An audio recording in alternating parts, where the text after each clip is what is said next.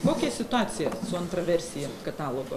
Uždaro akcinė bendrovė Blue Bridge Code nesugebėjo sutarties galiojimo laikų įvykdyti sutartinių įsipareigojimų. Sutartis pasibaigė neįvykdžius sutartinių įsipareigojimų. Tesybų ir užtikrinimo garantas 40 tūkstančių, grubiai 60 tūkstančių ribose jau yra sumokėję. Per 10 mėnesių uždaro akcinė bendrovė atėjo, su kuria surašyta sutartis, įsipareigojusi sukurti. Ta prasme, mažesnė apie 30 tūkstančių nei pirma buvo. Apie 30 tūkstančių mažesnė nei pirmoji buvo. Bet užduotis tokios pačios?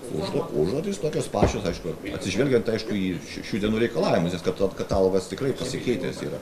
Ir atkreipiu dar dėmesį, kad šiuo metu egzistuojantis katalogas užtikrina visų pirkimų vykdymą pilna apimtimi tokia, kokia jinai reikalinga šiai dienai.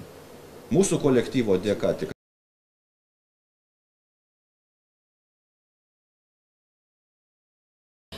kažkas atskaičiuojama, jums taip pat yra, ar jūs grinai, taip sakant, tik valstybės išlaikomi esat ir jeigu jūs gaunat kažkokį tai, reiškia, nu taip sakant, kas apmoka ir kiek jūs uždirbat. Reiškia, viskas tik valstybė. Bet planuojama modelis kažkoks toks miksinis daryti. Pardavėjai turėtų kažkiek tai susimokėti. Planuojama. Galimybės išanalizuotos, modeliai sudėlioti galimi. Aišku, kokie jie gali būti visiems aišku, arba iš tiekėjo, arba iš pirkėjo. Gilinantis visiems aišku, kad vis tiek, jeigu tai bus iš pirkėjo, iš tiekėjo, tai verslas bet kokiu atveju vis tiek pakels kainą. Ir vis tiek tada sumokės pirkėjas pirkdamas. Tai žodžiu, kaip ir minėjau, praėjusią savaitę vyko diskusijos pas premjerą ir apsispręsta eiti tokia linkme, kad šiais metais analizuoti toliau galimybės, bet nepradėti mokesčio rinkti, tik tai galbūt iš tų organizacijų, kurios kreipiasi į CPO, kaip įrankį pačios per pavedimus. Tai žodžiu, pradėti nuo to ir tai bus pirmas žingsnis. Tai tokių atvejų jie turi nemažai ir tokius apmokestinti galima, nes jie taupo lėšas administracinio valdymo, neturėdami tokių padalinių.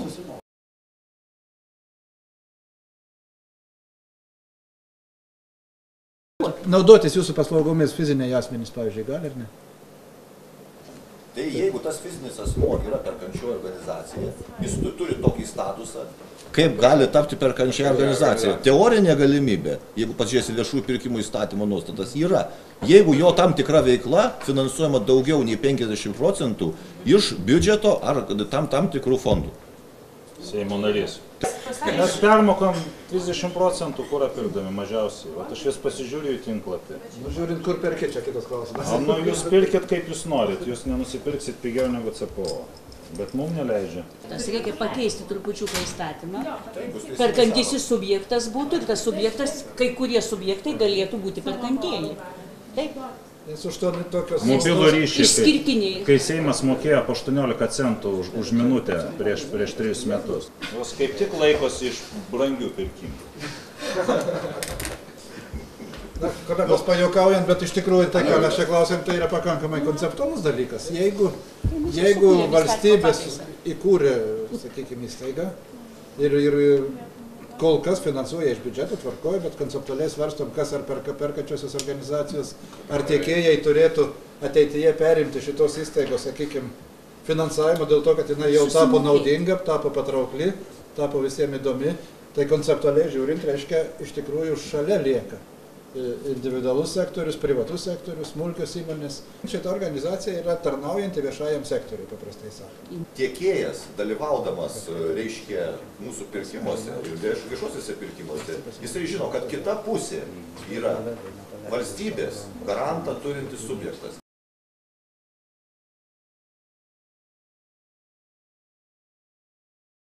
Apie darbų pirkimą, gerbiama pirmininkė, apie daugiabučių namų renovaciją.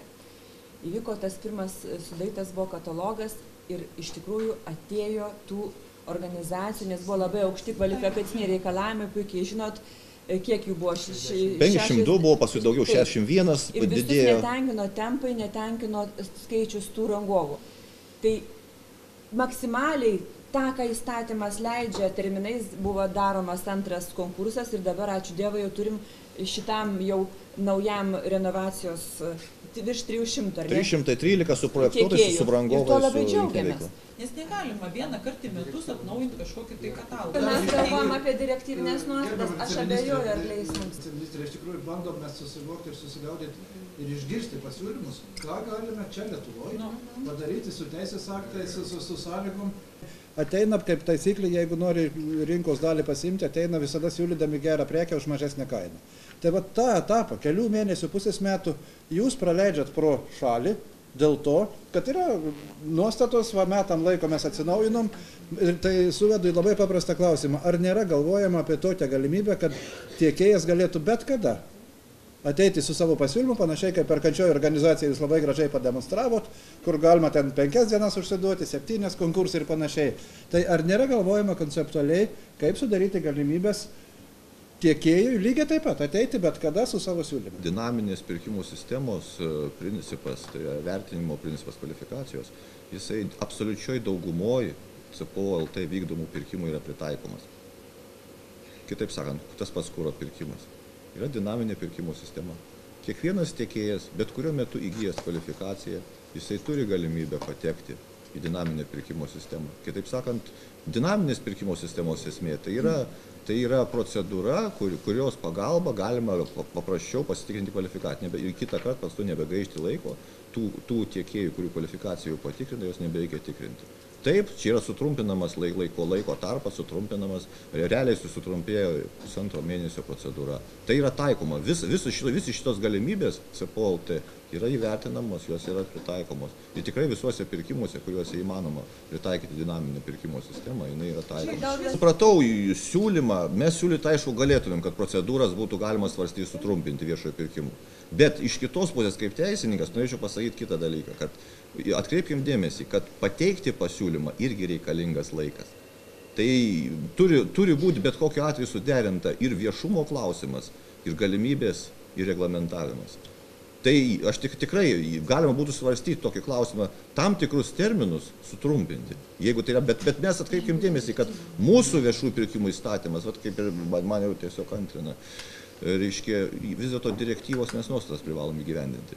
Laiko klausimas tikrai yra aktualus, procedūriniai klausimai tam tikri, mes tikrai pasirengę pateikti tam tikrus siūlymus. Tai tos priemonės turėtų būti objektyvios. Pavyzdžiui, vienas iš pasiūlymų būtų, aišku, tai yra su direktyvos nuostatom prasilenkia, kad nustatyti, pavyzdžiui, minimalūs terminai pasiūlymų pateikimo, jie būtų proporcingi pirkimo objektų reikalavimas toks. Vienas iš pasiūlymų. Bet terminai, tai yra direktyvos klausimas. Tai vat, iš tikrųjų, kaip ir buvo Seimo nario pasakyta, tai būtų vadinamoji dinaminė pirkimo sistema, kaip ir viceministrė minėjo, šiuo konkrečiu atveju, jeigu kalbant yra konkrečiai dėl daugiabučių namų modernizavimo į grupės dėl 1 ir 3 pastatų, jeigu grupė yra, ir dėl 4 ir daugiau. CPO yra sukūrusi dinaminę pirkimo sistemą, kurioje šiuo metu jau yra kvalifikacija atitinkantis tiekėjai. Tačiau ateina naujas daugiabutis namas su tam tikrais išskirtiniais pageidavimais, kurių nėra CPO elektroniniam kataloge. Pavyzdžiui, saulės kolektoriai negali nusipirkti, sako, mano poreikis yra specifinis, man reikia tą nusipirkti. Tada CPO apie tai skelbia ir nauji tiekėjai, kurie atitinka kvalifikaciją, kartu su jau esamais, kurie yra pasitikrinę kvalifikaciją ir yra dinaminiai pirkimo sistemai, ateina nauji ir jie varžosi dėl to konkretaus objekto. Bet čia reikia akcentuoti vieną dalyką, kad šiuo konkrečiu atveju, kaip sakau, ar ten saulės kolektoriai ar kas, tai yra pirkimai dėl tokių specifinių, nestandartinių prekių, paslaugų ar darbų, kurių nėra CPO katalogė. Kaip yra suformuojamas katalogas, tiekėjų pasiūlymai yra sukeliami į katalogą. Ir atnaujintas varžymasis vyksta tarp katalogė esančių tiekėjų. Ir jeigu ateitų naujas, dabar aš šiandien pamačiau atnaujintą konkursą ir aš sugalvojau dalyvauti, tai vis vien užtruktų tam tikrą laiką. Vienas dalykas, reikėtų patikrinti jo kvalifikaciją, antras dalykas, performuluoti katalogą. Matot, galbūt, kai jau pačiam procese pirkimo kažkas įperka, tu negali, bet tu gali dėti į katalogą. Galbūt būtų nurodyti periodai, kas kiek laiko bus atnaujinama. Kas mėnesį gali pateikti save. Nebūtina, kad į naują pirkimą tu gali jau nebedalyvauti pirkime. bet tu gali, va, ta prasme, jau iš konkretaus Kiek tiekimo. laiko užtrunka? Mes Tada šiek tiek viskas taip turėtų preliminariai mastom, sustoti. bet vat ir norisi Stabdomas to katalogas lankstumo. turėtų būti. Mums vienas modulis, Va. minimum mėnesį laiko užtrunka, reiškia, kada yra vat, nupirkta kažkokia produktų grupė ir ją reikia suprogramuoti tą visą pirkimo procesą, užsakymų procesą ir, reiškia, užkurti, paleisti kataloge. Tai išskirtinai mūsų darbuotojų dėka. Tai yra, ką mes matome dabar kataloge, tai vat, mūsų darom supažindinti, yra 2 programuotojai, kurie ją programuoja. Mūsų darbuotojai konkrečiai atlieka programavimo darbus. Tai jeigu mes kalbam apie tą laikotarpį, kurį egzistuoja CPO, tai yra nuo 13 metų pradžios, tai ta sistema mums iš išorės nieko papildomai nekainavo. Mūsų pačių dėka jinai sukurta yra. Ir jeigu, tarkim, ateina iš tikrųjų į rinką naujas žaidėjas, potencialus su savo kaina, kokybė ir visais kitais dalykais, tai ar neįmanoma jūsų jau ten programuose aprašyti sąlygas, kad, tarkim, jeigu jo pasiūlymas yra geresnis negu vidutiniškai visų besivaržančių, tam tikros sąlygas aprašyti, kada jau jūs sąnaudas tam tikras atiduodat, kad tą tiekėją įtraukti į katalogą. Ne tai, kad kiekvien sugalvojas, nes natūralu, kad galima greitai išblaškyti vėl visą sistemą. Bet tai ar yra galvojama iš vis tais dalykais? Bet šiuo metu mes privalome vadovautis tą bazę, kuri mums suteikia prievolę ją vadovautis ir vykdyti pirkimus. Tai mes galim prisidėti, mes galime tam procese dalyvauti ir jį palaikoma be abejo, bet šiuo metu galiojanti teisės bazė mums nesuteikia galimybės. Iniciatyvos ūkio ministerija sunorinti CPO svarstyti visas galimybės tame tarpe, kas čia nuskambėjo šitus pasiūlymus.